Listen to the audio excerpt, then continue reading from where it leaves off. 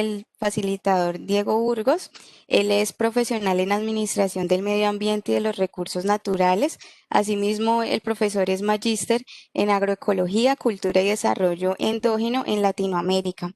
También es magíster en Pedagogía Crítica y Proyectos Educativos, doctor en Pedagogía Crítica y Educación Popular.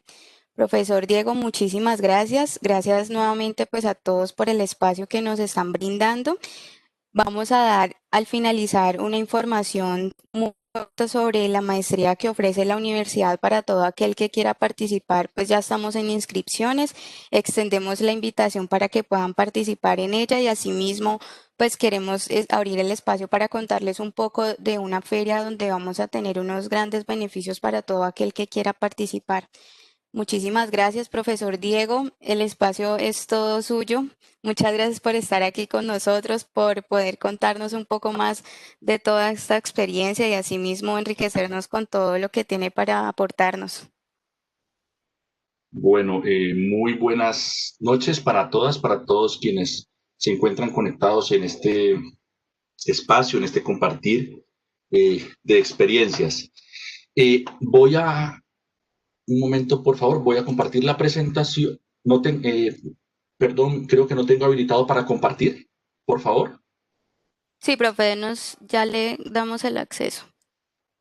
Les decía, lo que voy a tratar de mostrar es un poco una experiencia que hemos venido acompañando, que hemos venido caminando con algunas comunidades indígenas, con algunas organizaciones, sin embargo que se ha aterrizado concretamente a un pueblo, que es el pueblo Guaunam, quienes son habitantes ancestrales del Pacífico colombiano.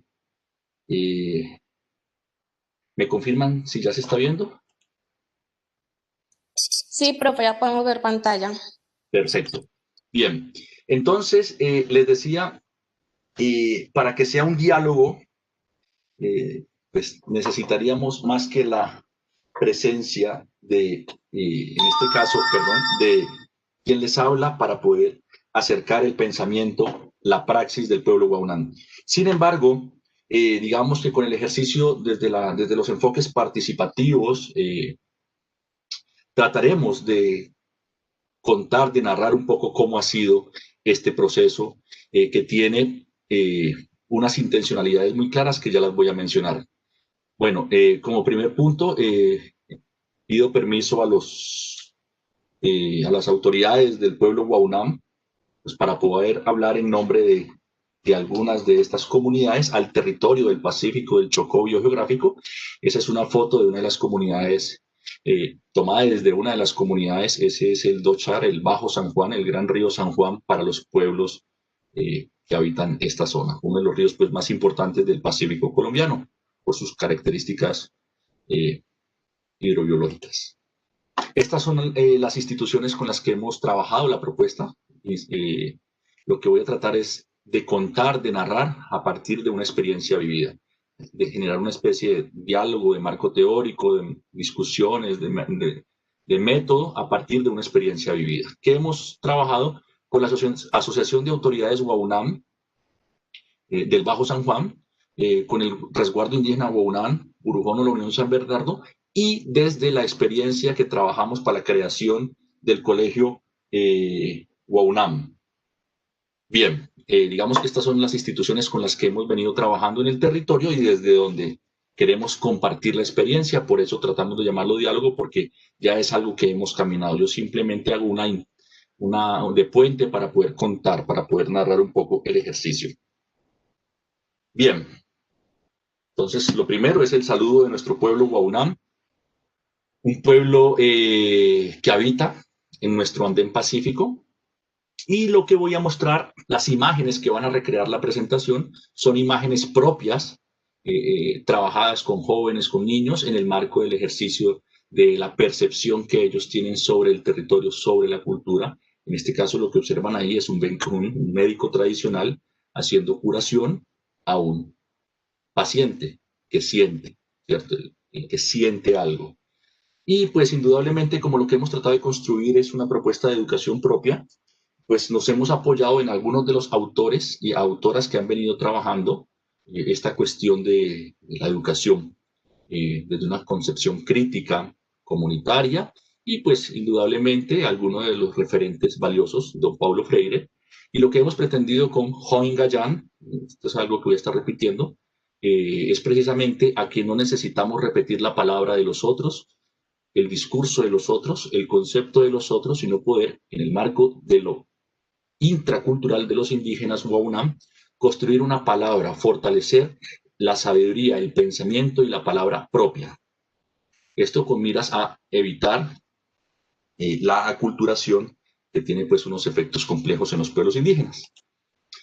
Bueno, este es alguna de las reuniones. Debo decir que este es un proceso que llevamos casi una década trabajando.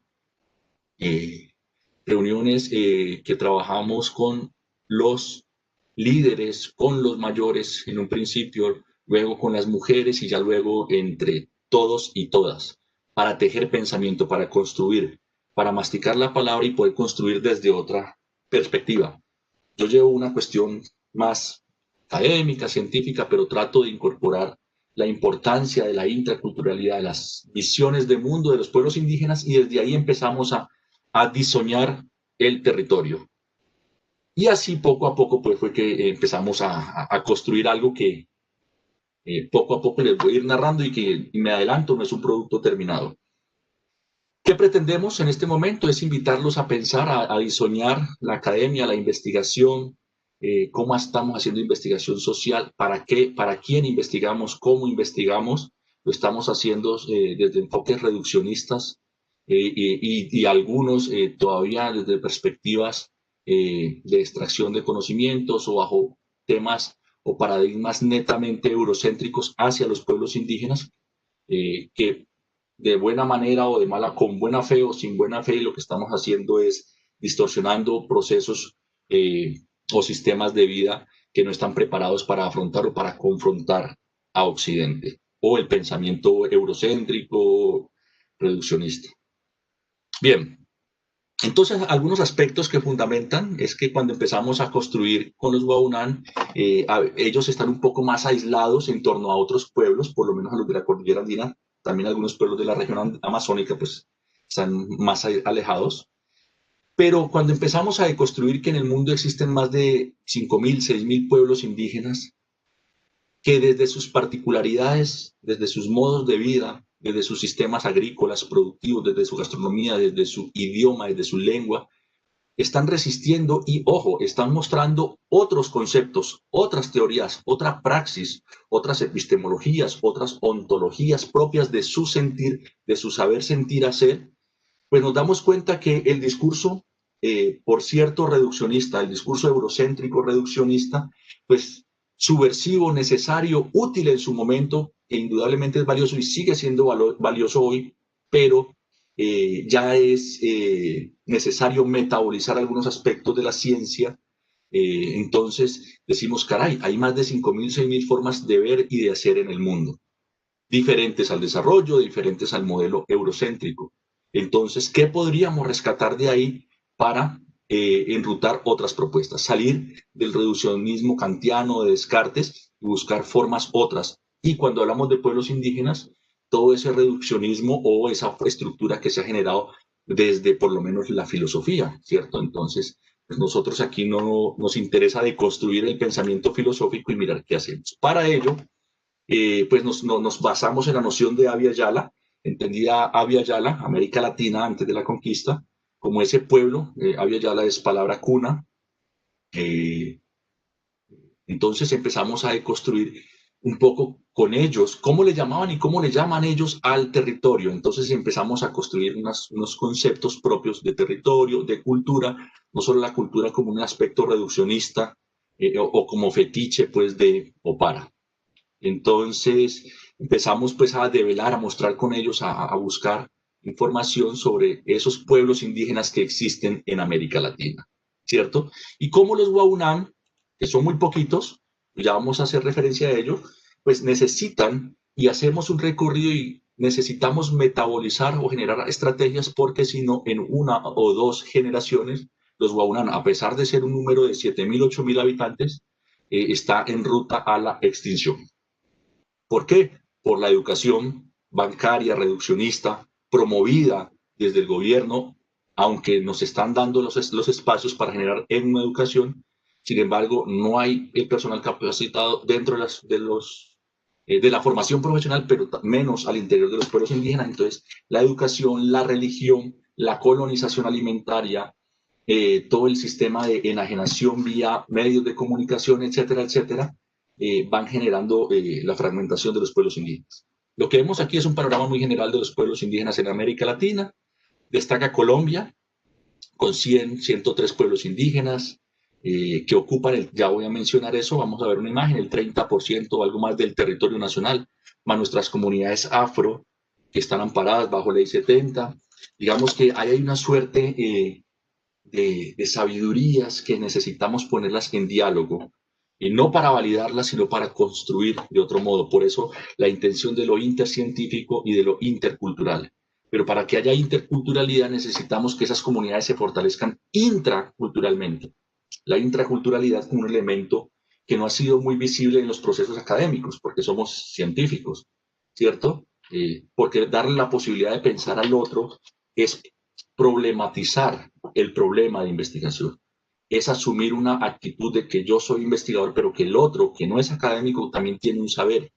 Y lo chévere es que tiene un saber producto de su hacer. Entonces, por ahí empezamos las reflexiones, 1 o 2 años reflexionando, hasta que decimos nosotros los Waunam somos habitantes ancestrales del territorio y tenemos unas prácticas que hemos ido perdiendo. Eso nos implicó un trabajo de otros 2 años de construir un diagnóstico participativo bajo unos enfoques, bajo unos métodos que rompieron un poco los sesgos propiamente de extraer información, y nos basamos pues en algunos métodos que se sustentan en la investigación participativa revalorizadora y aterrizadas a su lenguaje.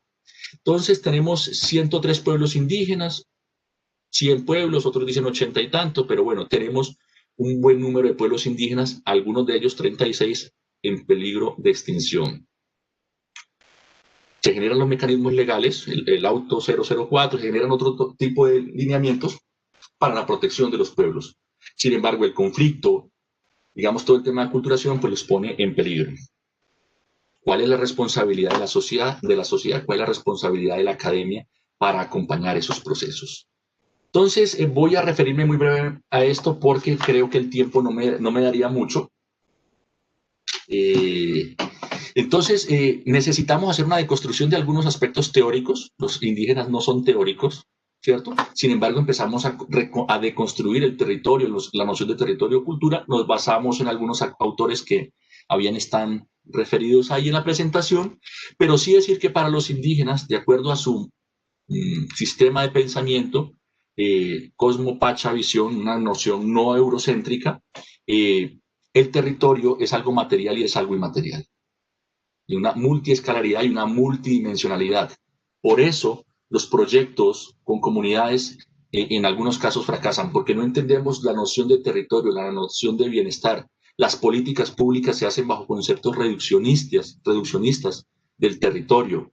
Mientras no tengamos una visión transcompleja del territorio, de la cultura, pues simplemente vamos a ver en los indígenas unos objetos que hay que ir a investigar y que es necesario llevarles algo. Cuando deconstruyamos esa manera reduccionista de entender el territorio, vamos a empezar a hacer unos procesos interculturales, transcomplejos, intercientíficos. Entonces, bueno, eso es lo que nos interesaba. Nos basamos fuertemente en el mandato mayor o plan de vida de los pueblos indígenas, que se fortalece, pero necesitamos, creería yo, reorientar algunos de los aspectos y de las estrategias de los planes de vida para que no se conviertan simplemente en instrumentos reduccionistas al interior de los pueblos indígenas.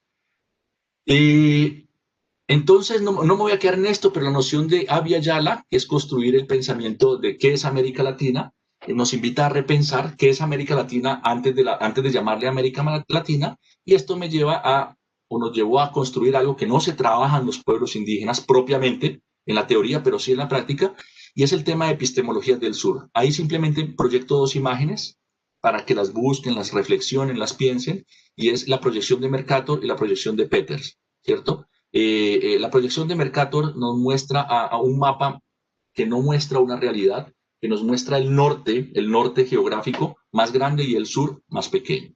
Sin embargo, Peters, hace unos 70 años ya, nos muestra unas correcciones basadas en números, nos dice, mire, los mapas no son como nos los pintan y nos hace unas correcciones. En el mapa que está en negro, al lado derecho, es la proyección de Mercator y la que se encuentra a la derecha en verde es la proyección de Peters. Entonces se ve como África es mucho más grande, es el doble del tamaño que nos la pintan. Entonces, algunos aspectos de la colonialidad del poder, como lo denomina Aníbal Quijano, Walter Minolo, Santiago Castro y otros, pues nos va a empezar a deconstruir y entonces la pregunta es, ¿por qué seguimos pensando o qué es el subdesarrollo? ¿Cierto? El subdesarrollo pensado desde Truman, desde hace 70 y algo de años, ¿cierto? ¿Qué es el desarrollo y qué es el subdesarrollo? ¿Por qué no podemos pensar esos o construir otros términos? Una pregunta interesante es, ¿por qué donde se origina la agricultura, los centros de origen, centros Vavilov, por qué donde se origina la agricultura hace 8.000, 10.000, 12.000 años, es generalmente los puntos donde hay más pobreza y más hambre? ¿No es contradictorio? Entonces, la pregunta es, ¿qué aspectos teóricos, normativos, cierto, estamos generando para nuestros contextos latinoamericanos, para el contexto colombiano, para repensar la academia, para repensar la investigación y no seguir produciendo una información de dependencia en el marco de la ciencia, una ciencia reduccionista que por el contrario vea y revele otras cosas que están ahí en los territorios? Y por eso la intención de unas ciencias endógenas, una investigación interdisciplinaria, intercultural. O sea, es necesario incorporar la cultura. El tema del agua, no me voy a quedar mucho en el agua, pero sí miren la disponibilidad de agua en Sudamérica, 26% de agua disponible, pero el 6% de la población. Si comparamos esto con los otros países, pues da uno cuenta a quién le conviene que el subdesarrollo se mantenga y que la educación y que la investigación sea pobre o empobrecida. Entonces, tenemos todos los elementos ambientales, tenemos el potencial, tenemos el talento humano, tenemos todo. Lo que nos falta es diseñar unas estrategias y acercarnos a los territorios. No para validar, sino para construir de la mano.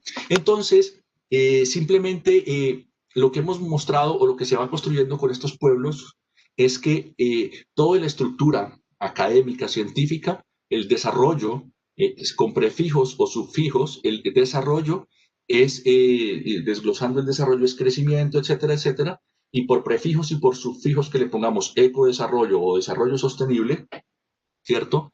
Tiene una cuestión de que en algún lado hay que sacar para poner en otro. Entonces, lo que hemos propuesto desde este proceso es que vamos a incorporar los elementos que plantea el desarrollo que son útiles, apropiados para ellos. Eso se ha generado en reflexiones en el territorio, pero necesitamos construir desde las alternativas al desarrollo. Perdón. Es decir, desde esas alternativas al desarrollo, que no son propiamente el desarrollo, son una cosa distinta. Decíamos, hay 5.000, 6.000 pueblos, ahí hay 5.000, 6.000 formas diferentes de pensar, de ver, de hacer, de recrear, de sentir el mundo, diferentes al desarrollo. Nosotros, desde el pueblo Guaunán, solamente proponemos, una, que es cómo ellos piensan y sienten el mundo. Y es una alternativa al desarrollo. Por eso llamamos al proceso Hoin Hirup Hoin Gayam, pensamiento, sabiduría de los mayores. Entonces lo que necesitábamos con esta propuesta era, con todo ese diagnóstico que encontramos, es generar una propuesta de educación propia. No para generar competencias, sino para generar convivencia, no para que los niños se vayan del territorio, sino para que los niños, los jóvenes, aprecien, valoren la lengua propia, valoren el territorio, recuperen sus saberes y se queden en el territorio, porque la noción de territorio es diferente.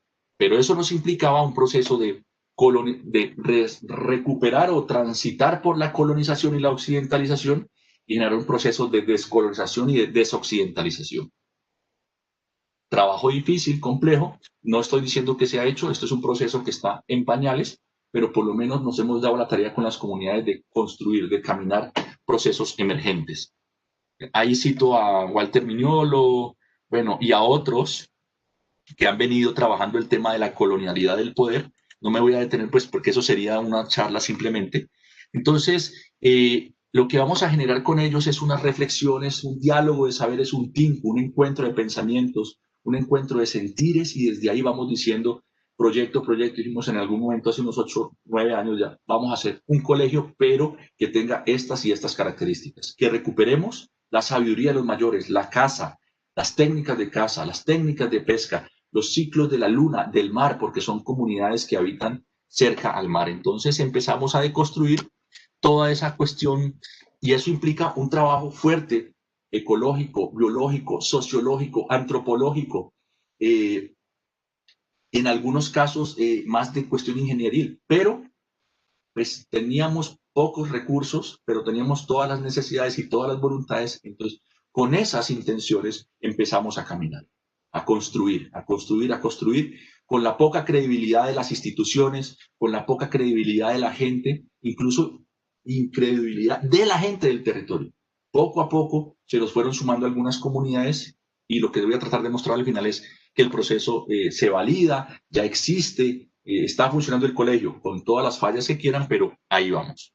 Entonces, lo que quiero mostrar es que cómo desde la disciplina, las que estoy mencionando, necesitamos indisciplinar la disciplina, invitar a la academia, invitar a las comunidades, invitar a todos los actores a trabajar estos procesos, y se pueden hacer cosas maravillosas. Y yo lo hablo con mucho ánimo, es porque estamos hablando de uno de los puntos, un hotspot, un punto caliente, uno de los puntos más estratégicos de biodiversidad del mundo, pero de los más críticos, de los más olvidados. Pero ahí estamos, y es un punto que necesita recuperarse y necesita sanarse por garantizar la permanencia, pues, de estos pueblos.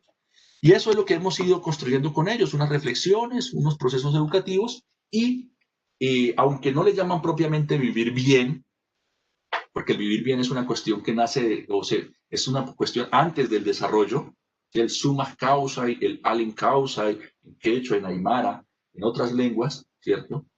Los pueblos Waunán, el concepto que construimos, o deconstruimos más bien, porque eso ha existido siempre, solamente que no se ha puesto en el discurso occidental, es el pensamiento de los mayores. Necesitamos en el aquí y ahora recuperar el pensamiento de los mayores.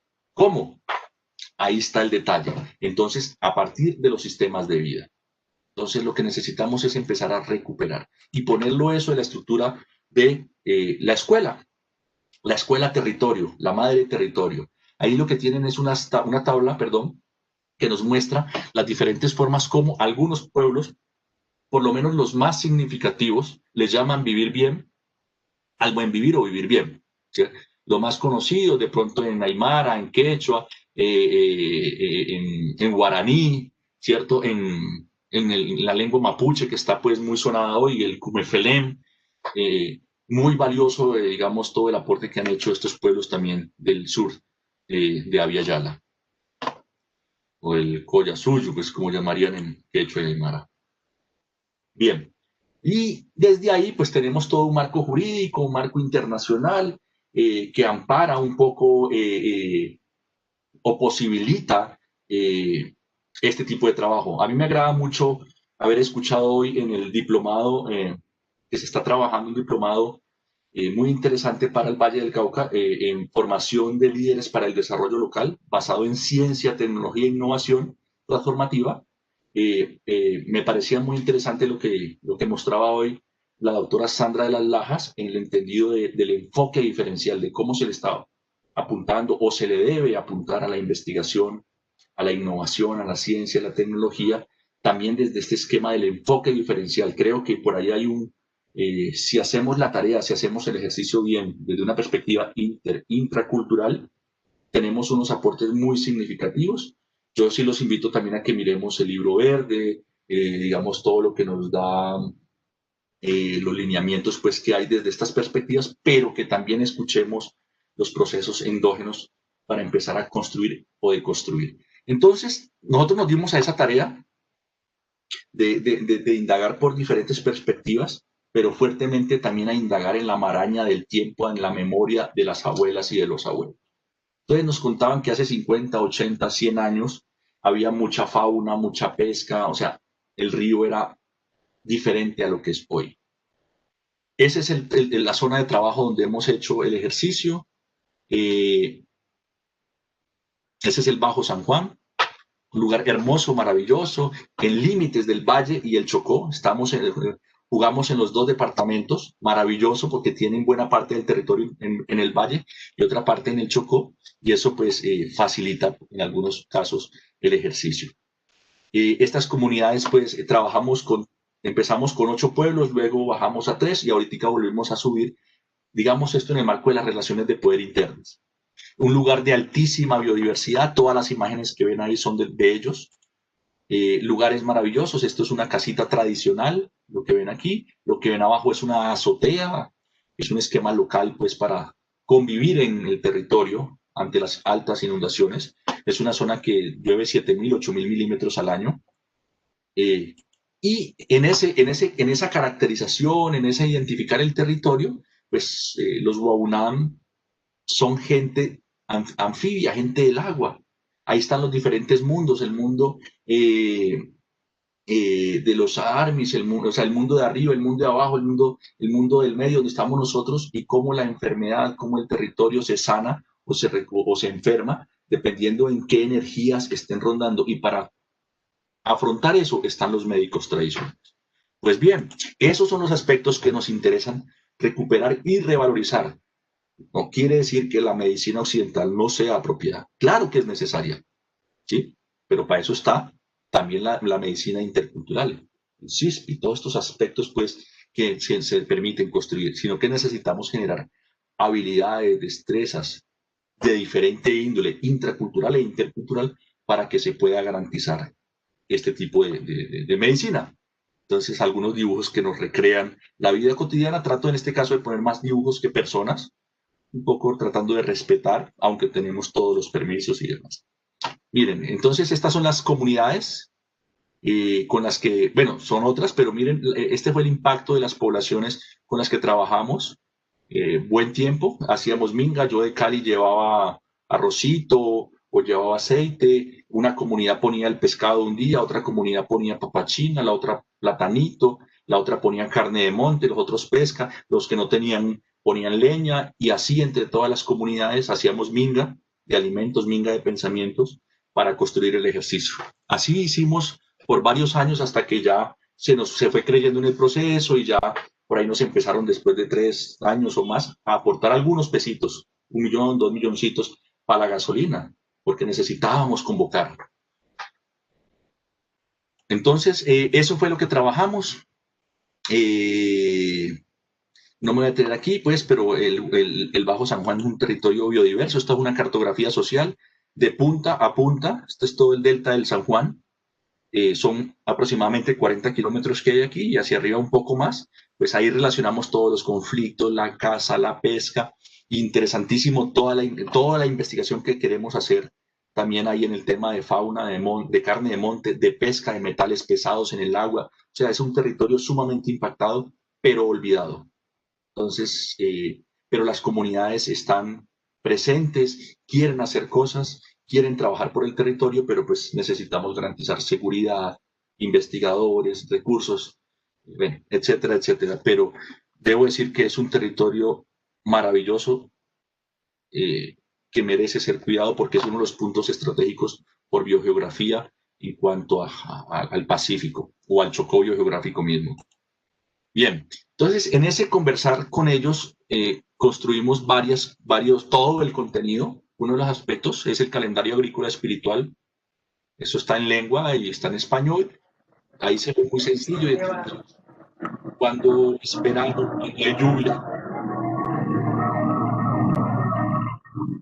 Entonces, todo eso ahí nos dice cuándo qué se pesca, cuándo se caza, qué se cultiva, cuándo se cultiva. Y la idea es que sea un instrumento para la recuperación de saberes, pero también que se incorpora en Join Guyana, en el sistema educativo propio. Estos son dibujos que representan la cartografía social. Detrás de esta cartografía o de esta poligrafía social, ¿cierto? Hay historias de vida, hay encuestas, hay entrevistas, hay relatos que narran pues todo lo del territorio, fauna, flora, sistema educativo, etcétera, que con esa información fue que construimos los diagnósticos para generar la propuesta. Entonces, en el acontecer educativo, la educación evangelizadora, occidental, pues ha generado distorsión en el pensamiento, fragmentación de las comunidades, de las familias. Entonces, simplemente voy a irme más adelante. Entonces, con todo esto, lo que se decidió en el territorio fue diseñar un proyecto educativo para la comunidad, como aporte a la descolonización y la descolonización y el buen vivir. ¿Para qué? Pues para garantizar la permanencia cultural del pueblo, pero la permanencia cultural y digna. En ese proceso, debo decir, en el ir y el venir, algunos de estos jóvenes, en su momento, hace unos años, empezaron a tener contacto, comunicación con la Universidad, con la UAI, la Universidad Intercultural Indígena, con Alacureña, Misago Universidad, y algunos de estos jóvenes salieron a estudiar al Cauca y ya están retornando, ya se están algunos graduando y ya pues en pedagogías propias, etcétera, etcétera, que van a nutrir el proceso, lo cual es sumamente valioso. Entonces, bueno, propusimos con ellos la caracterización socioeducativa, el diseño del colegio y la implementación de un diplomado. Este es un diplomado que propusimos, que debo decir, se debió frenar, o sea, se han trabajado a partir de módulos, pero como diplomado se frenó por la falta de recursos en algunos momentos, pero también por seguridad, por conflicto. Bien, y brevemente, el pueblo Guaunam, como los otros pueblos de Colombia, indígenas originarios, pues hay unas contradicciones, pero también hay unos apoyos, si se quiere, jurídicos en temas de la educación propia. Pero no todos lo asimilamos o lo entendemos de la misma manera. Sin embargo, hay que decir que, por lo menos como se ha pensado al interior del pueblo Guaunam, y con otros que hemos conversado el asunto, es que no se requiere una educación que saque a los chicos, a los jóvenes del territorio, que los haga pensar en la ciudad como opción de vida. Entonces nosotros no nos interesaba una educación por competencias, ¿sí? Y hay que decir, encontramos obstáculos en los momentos porque nos decían, no, tiene que ser por competencias y tiene que ser por competencias y la diócesis dice y la gobernación dice y la alcaldía dice. Entonces, muy complejo. Sin embargo, pudimos dar todos los esquemas y nuestra propuesta fue que es un sistema para la convivencia, no para la competencia, y necesitamos es que los jóvenes se queden en el territorio y quienes salen, como los que les estoy comentando que salieron, busquen retornar a sus territorios para fortalecer, digamos, hacer desarrollo endógeno, y eso es lo que se ha venido trabajando. ¿Que es difícil? Sí. ¿Complejo? Sí. Pero si hacemos un sistema educativo intracultural e intracultural sobre todo, ya que se revaloricen hacia adentro, que conozcan hacia adentro la importancia y le aporten hacia adentro, cuando tengan contacto con los de afuera, con lo intercultural, estos jóvenes y estas comunidades van a seguir trabajando. Eso de la intraculturalidad funciona a cualquier escala. Entonces construimos un proyecto educativo en el marco del tejido de saberes, proceso de vida y ciclo de vida. ¿Qué es lo que está aquí? Un poco desde el enfoque de la espiral del tiempo, ¿cierto? El pasado está adelante, el futuro está atrás, pues porque eso es lo que me va a suceder, y bajo ese esquema de entender el tiempo-espacio es que construimos un proyecto educativo, ¿sí? Fuertemente para fortalecer la intraculturalidad, ¿sí?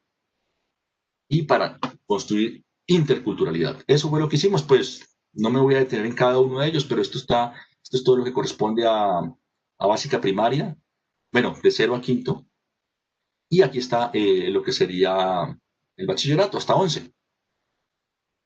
Y eso pues lo desglosamos posteriormente en el tejido de saberes en el tiempo-espacio, que es lo que está ahí. Básica primaria, básica secundaria y educación media. La idea es transitar un poco más allá a la cuestión técnica, por lo menos, pero pues eso implica todo un proceso arduo. Sin embargo, insistimos, nos falta, la intención es un proyecto que adecue todo ese contenido de esas asignaturas, tejido de saberes, en una propuesta que necesitaríamos levantar la información, y en eso estamos poco a poco en la búsqueda, en la gestión de proyectos para poder ejecutar este tipo de proyectos comunitarios, pero además también de una infraestructura acorde a la arquitectura tradicional, pero con toda la tecnología cuestión de energías limpias, tratamiento de aguas, sistemas nutricionales alimentarios, etcétera, etcétera. O sea, jugar con la tecnología, pero también con los saberes locales. Eso es, y así pues, estos son los estudiantes de nuestra institución, Join Gayam, que pretende generar una educación intercultural para las comunidades Guaunam. ¿Sí? Eso es. ¿Para qué? Para garantizar la permanencia cultural de este pueblo. Es un pueblo que tiene inmensas sabidurías del manejo del territorio, pero que por diferentes factores está a punto de desaparecer. Así es como construimos el tejido de saberes, ¿cierto? Entonces, en pesca, en agricultura, la matemática, la física, la matemática, la química, pues tratamos de que sea útil al contexto del territorio. Caza, pesca, ¿cierto? Deportes, el arco, la flecha, todo es la bodoquera, todos esos aspectos. Y como apoyo para darle espacio a los sabedores, se generan espacios de sabiduría, que son los que están ahí, donde el estudiante va a llevar la práctica, a la práctica. ¿Con quién? Con los sabedores de mieles, de medicina tradicional, el tema de los pildeseros, la arquitectura tradicional, la cerámica, que han construido cerámica, pero pues se ha ido olvidando por toda la cuestión de las nuevas propuestas para las cocinas. El tema de aceites, el tema de palmas, bueno, etcétera, etcétera. Eso es algo que se debe trabajar, pero esto implica inversiones, implica estudios, y ahí están pues los lineamientos para ello. Simplemente creo que se me va agotando el tiempo. Voy a mencionar el enfoque metodológico. No, construimos el enfoque, el método lo trabajamos desde el enfoque histórico-cultural lógico para promover el diálogo de saberes entre la academia, entre lo que dice la institucionalidad, pero también entre lo que piensa, siente, dice y hace las comunidades. Entonces, estas son algunas fotos de los talleres. Estos son en un encuentro que trabajamos con los niños. Están pintando de jagua, como los cunas hacen las molas, digamos que es el mismo esquema. Mucho trabajo con las comunidades, con todos los actores, con todos. Y eso lo trabajamos desde este enfoque, el enfoque histórico, cultural, lógico, trabajando la vida social, la vida material y la vida espiritual.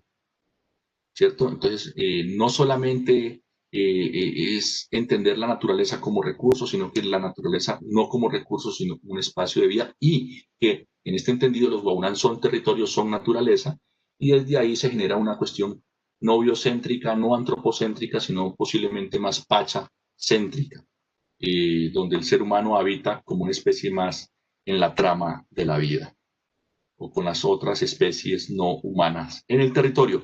Básicamente, pues algunas herramientas, ahí tienen, pues no voy a referirme a ninguna propiamente, ahí están trabajando la cartografía social, pero sí el diálogo de saberes, fuertemente el diálogo de saberes y el diálogo de sabidurías. Nos interesa mucho escuchar no solamente saberes, sino sabidurías de los mayores y de las mayoras.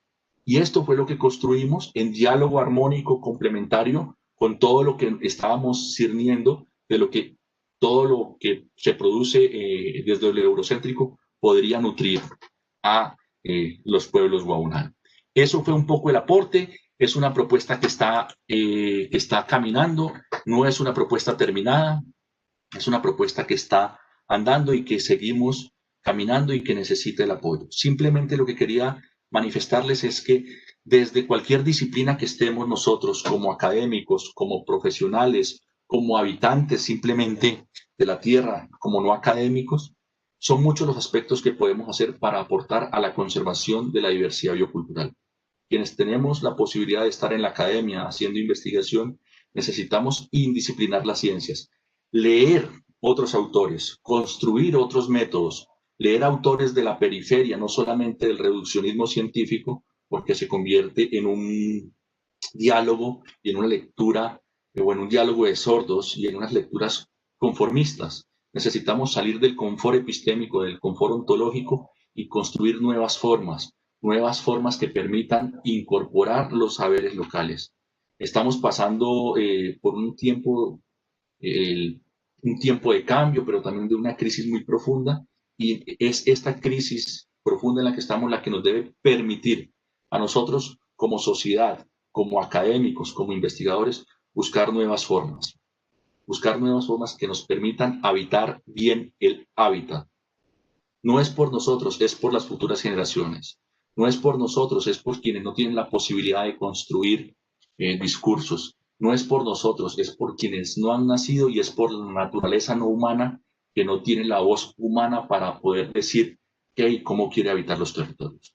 Simplemente desde el territorio del Bajo San Juan, desde la Universidad Autónoma de Occidente y desde lo personal, pues era lo que quería manifestar y esperando haber sido claro y agradeciéndoles a ustedes por la paciencia y por la escucha. Muchas gracias. Quiero decir, después de cerrar, dos cosas. Si me lo permiten, por favor. También invitarlos desde la Universidad Autónoma y desde la Asociación Colombiana de Ciencias Biológicas al sexto Congreso Internacional de Ciencias Biológicas, el Congreso Nacional de Ciencias Biológicas, que se llevará a cabo pues, de manera virtual del 5 al 7 de noviembre. Entonces, pues tendremos ponentes internacionales en diferentes áreas, ciencias biomédicas, ciencias agropecuarias, genética y ciencias ómicas, microbiología, ciencias ambientales, biología animal, biología vegetal, enseñanza de la ciencia. En lo que corresponde propiamente a nosotros, como parte de la Asociación Colombiana, es el área de ciencias agropecuarias y lo que hemos tratado de hacer desde esa área, pero también desde otras, es incorporar un poco también esos saberes y esas prácticas alternativas que nutren la ciencia. Entonces, pues, invitarlos, ojalá nos busquen en las redes sociales, en internet, y pues ahí estaremos dispuestos. Termino con algunas foticos del territorio, de algunos de nuestros niños y niñas que es por ellos con quienes diseñamos, por quienes diseñamos el territorio y por quien creemos que realmente vale la pena. No es por nosotros, es por la naturaleza no humana y por la naturaleza humana que está caminando a construir sociedades justas y equitativas. Muchas gracias.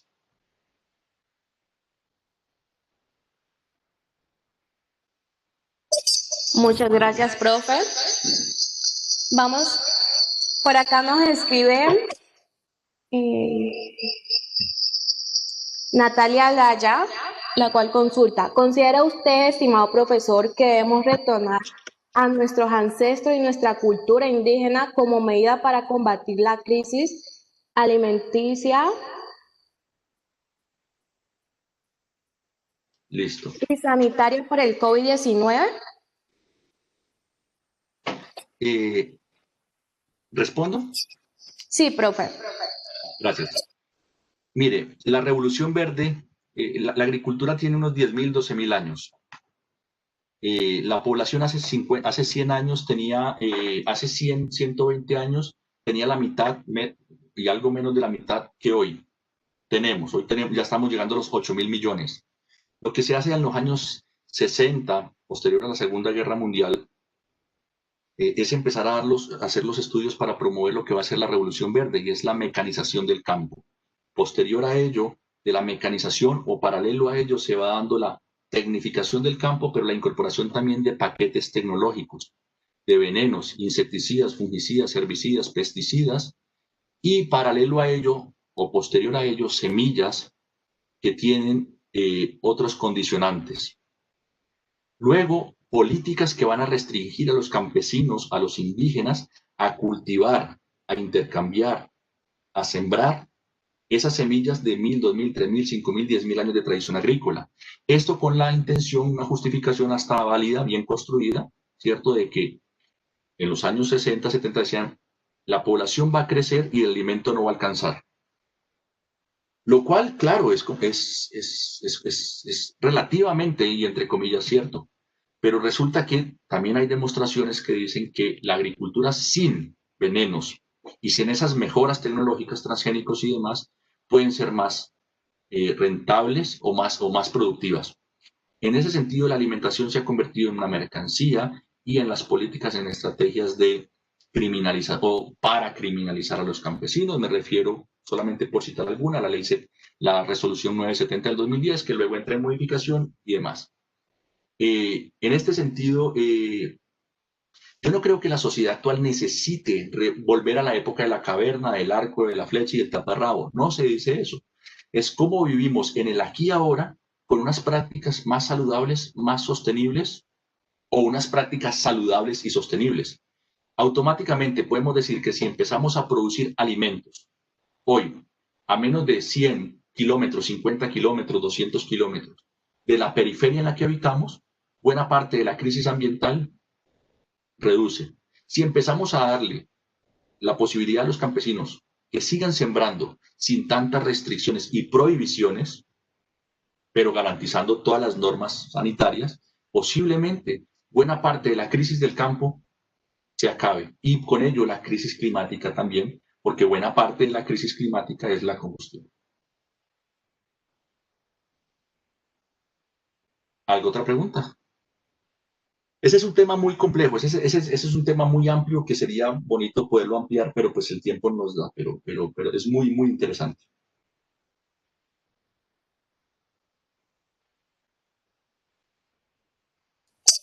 Profe, hasta el momento es la única pregunta. Vale. Sí, profe, muchas gracias. Teníamos a la señora Karen. Disculpa. Sí, Karen.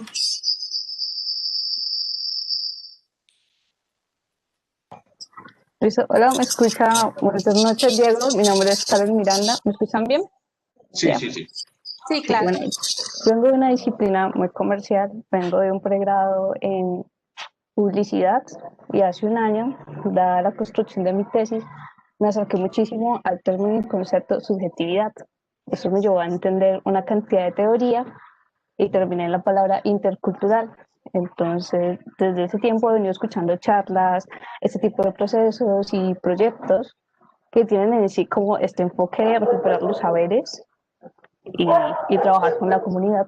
En ese orden de ideas, para no extenderme más, ¿cómo cree usted que las marcas puedan encontrar un espacio para ese tipo de construcciones? Por ejemplo, yo pensé en algo, yo vivo cerca a un lugar donde se hacen muchos postres, que es el kilómetro 18 y la vuelta al Cerezo, que queda cerca de la ciudad de Cali, y yo decía, aquí hay muchos saberes y hay muchas personas, sobre todo el matriarcado, mujeres o el grupo de mujeres que se reúnen a hacer este tipo de cosas, porque no una marca propicia como un evento o patrocina para que ellos puedan hacer el concurso del mejor postre del año o ese tipo de cosas, porque yo sé que el tema intercultural necesita financiación y por ejemplo de la mano de la publicidad hay muchos recursos, por ejemplo a veces una marca puede llegar a gastar 120 millones de pesos por una pauta en digital y yo pienso, ¿cómo podría ser esta misma inversión de 120 millones de pesos a algo intercultural que puede ser más económico y solo voy a necesitar la producción de un video como para mostrar como el proceso con el cual lo hice, pero pues estoy como en ese orden de ideas,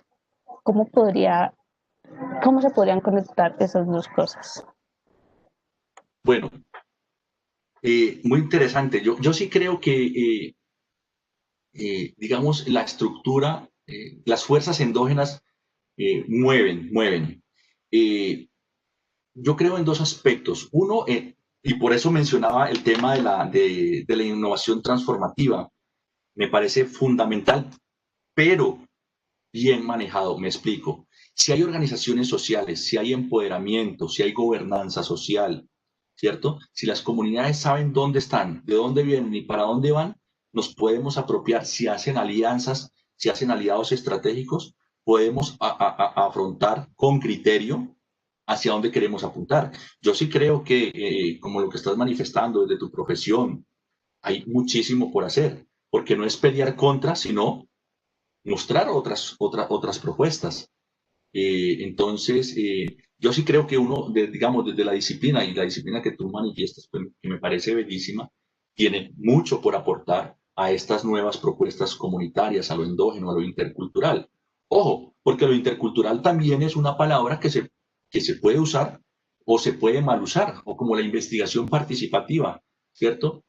Algunos de los proyectos extractivistas en Colombia o en América Latina han emergido a partir de cuestiones con el logo de participación social. Entonces, es la apropiación, es el empoderamiento. En ese sentido, yo creo dos cosas. Cuando uno formula o cuando uno trabaja con comunidades y uno formula un proyecto con una comunidad, son dos cosas. Lo que le importa a la academia, a la institución que va a formular, es la formulación del proyecto.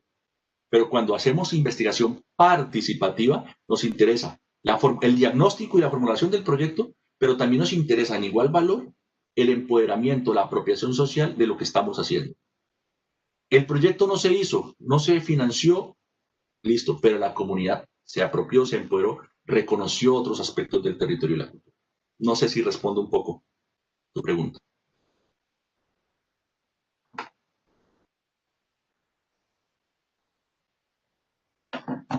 Listo, profe, muchísimas gracias. Tenemos una última pregunta de la señora Danitza. Le dice, profesor Diego, saludos. Desde su perspectiva, ¿cuáles son las maneras de llegar a una comunidad para empezar a conversar con ellos? Es decir, como punto de primer acercamiento. Un saludo, Danitza, gusto saludarte.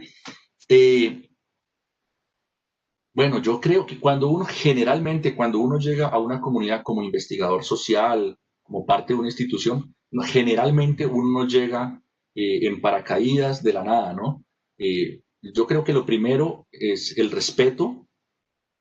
Por lo menos si uno no conoce el territorio, la cultura, la comunidad en la que va a estar, indagar, leer bien por lo menos dónde va a llegar, leer bien.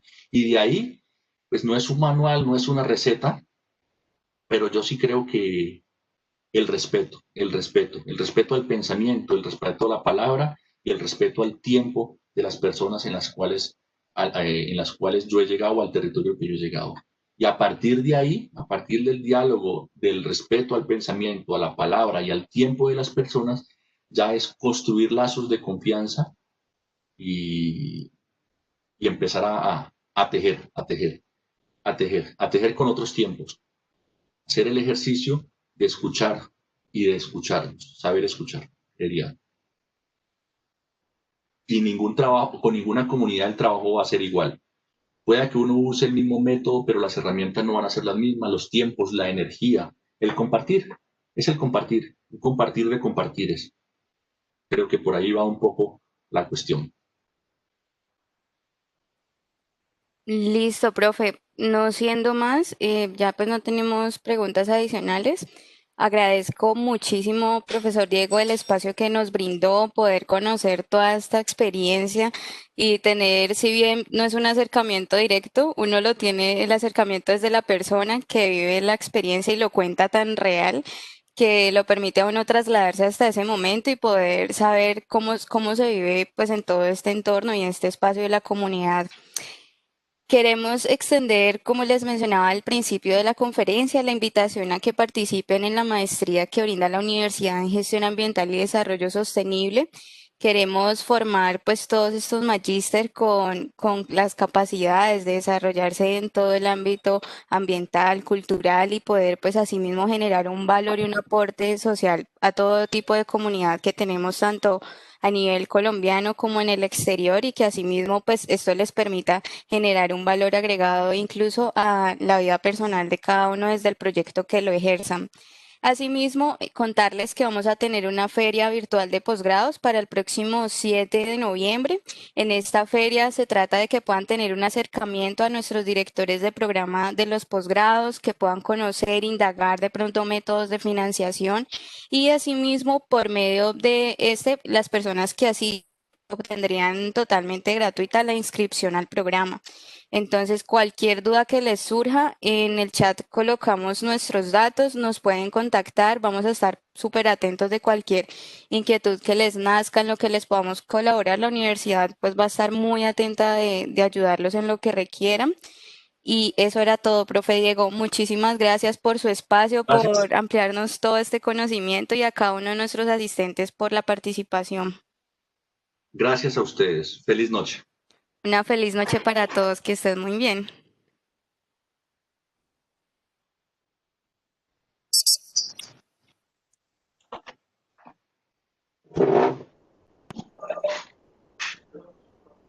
Muchas gracias, buenas noches para todos.